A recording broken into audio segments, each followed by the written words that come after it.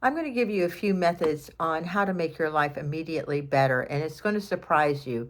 And you've heard me probably say it before, but it's worth listening to again. Hi, my name is Patty. I am a co-founder of a 12,000 member meditation and healing community. And in that meditation and healing community, I also do a book study on Wednesday nights. And the book study that I've been doing this week and this month is Breaking the Habit of Being Yourself by Dr. Joe Dispenza. In section 3 of this book, it has a 4-week program of learning how to meditate and how to show up in the world. And it is a great book. And if you haven't gotten it, I highly recommend that you do this process by the book and by the meditation that goes with it. Because the first week of the exercise is observing who we are being in the world. And I gave you that exercise a couple of weeks ago, and I really want to hear how that's going for you. So how do you show up in the world? And so I got immediately 2 pieces of feedback from people. And one of them said, I know why nobody's talking to me. Nobody's listening to me now, because I've got to always give my opinion, especially my adult kids. I'm always giving my opinion. Maybe I just need to be quiet. Yeah, she said that to me. She did. And then it shocked her that she was being that way. And she's, oh, and then she discovered why she was that way, of how she was when she was 14 and the things that traumatized her and how it shows up for her today by trying to fix everybody and protect everybody when they don't really need protecting. They just need to figure it out themselves.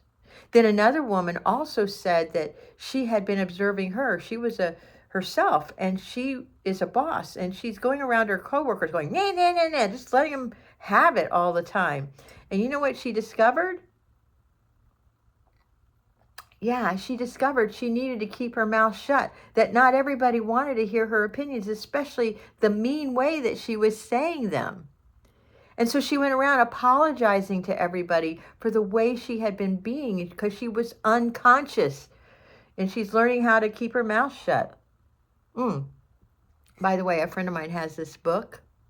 I'm going to recommend it to you. It's a really good book. And it is about what we need to be doing in the world.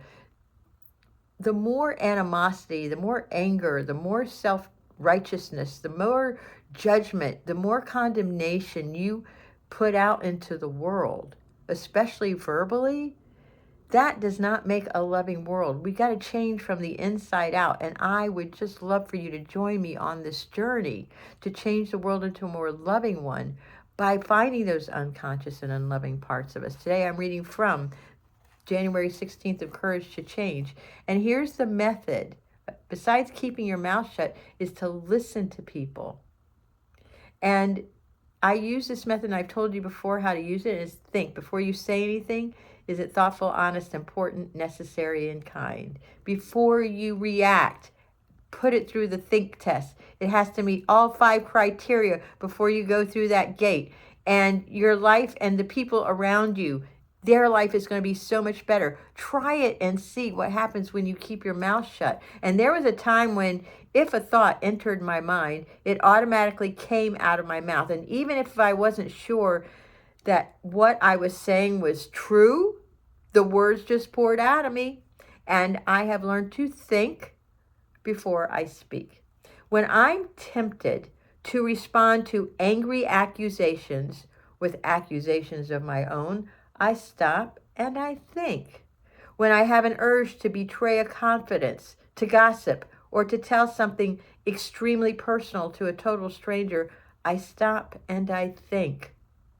And when my opinion about another person's business has not been requested, I take the time to think before I get involved. And in that way, I make a conscious choice about how I respond. So see how that works? Instead of like, blah, blah, blah, you're just like, well, is what I'm about to say thoughtful, honest, important, necessary, and kind? Well, maybe I'll keep my mouth shut, and see how hard that is. Perhaps I will decide to say nothing or choose a more tactful way to proceed, or question whether I really mean what I have been thinking. I may decide that this is not an appropriate place to discuss what's on my mind, or I may choose to go right ahead and speak up in a very direct manner. Regardless of which option I select, today I am willing to accept the consequences of my actions because I have taken the time to make a choice. And today I will let my words serve my best interests. I will choose them with care by using the think method. Also, you may want to try this method as well because it really works. The links are below. If you like this kind of content, please like, subscribe, and share it with somebody because you know there is. I love you.